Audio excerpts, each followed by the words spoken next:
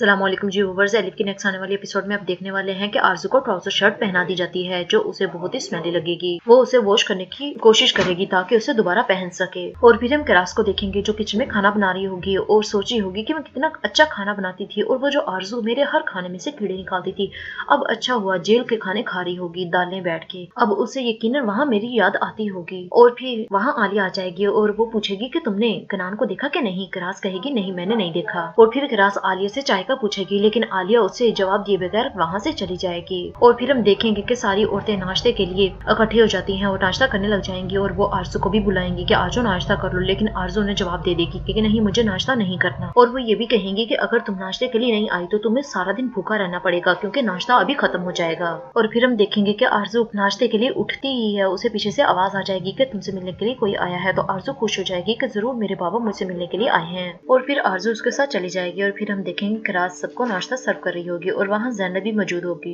और फिर ज़ैनब कहेगी कि यहाँ टूचे और एलिफ मौजूद नहीं है। तो किरास वहीं खड़ी आवाजें देने लग जाएगी। तो आलिया कहेगी किरास, ये तुमने गली और मोहल्ला समझ रखा है, यहीं खड़ी आवाजें देने लग गई हो। और फिर किरास ऊपर जाकर बच्चियों को बुलाने के लिए चली जाएगी। और फिर हम देखेंगे कि जब आरजू मिलने के लिए जाएगी तो वहाँ सरदार मौजूद होगा जिससे आरजू बेइंतहा नफरत करती है। और सरदार कहेगा क्या मैं तुम्हारी मदद कर सकता हूँ।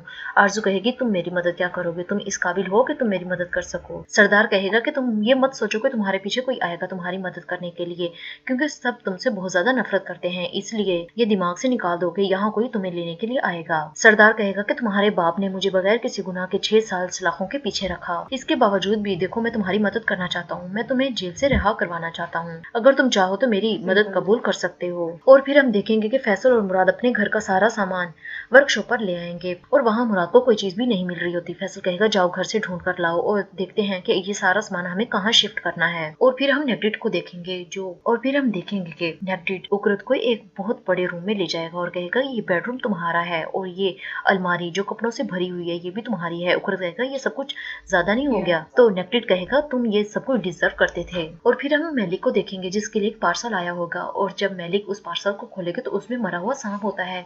मेलिक बहुत जोर से डर जाएगी और नीचे डब्बे को फेंक देगी और कहेगी, रोने लग जाएगी और कहेगी कि मैंने तो किसी के साथ कुछ भी बुरा नहीं किया, कौन मेरे साथ ऐसा कर रहा है। और फिर हम केनान को देखेंगे जो पुलिस स्टेशन गया होता है मेराज से मिलने के लिए और फिर उसे वहां बताया जाता है कि उसकी तो रात ही डेथ हो गई थी और उसकी बॉडी को भी ले जाया गया है। केनान सोच में पड़ जाएगा कि आखिर ऐसा कैसे हो सकता है, उसने तो रात ही मुझे फोन किया था। और फिर मेलिक केनान को फोन करेगी ये बताने के लिए कि उसे एक पार्सल आया है। इतने में केनान बता देगा कि कासिम की डेथ हो चुकी है।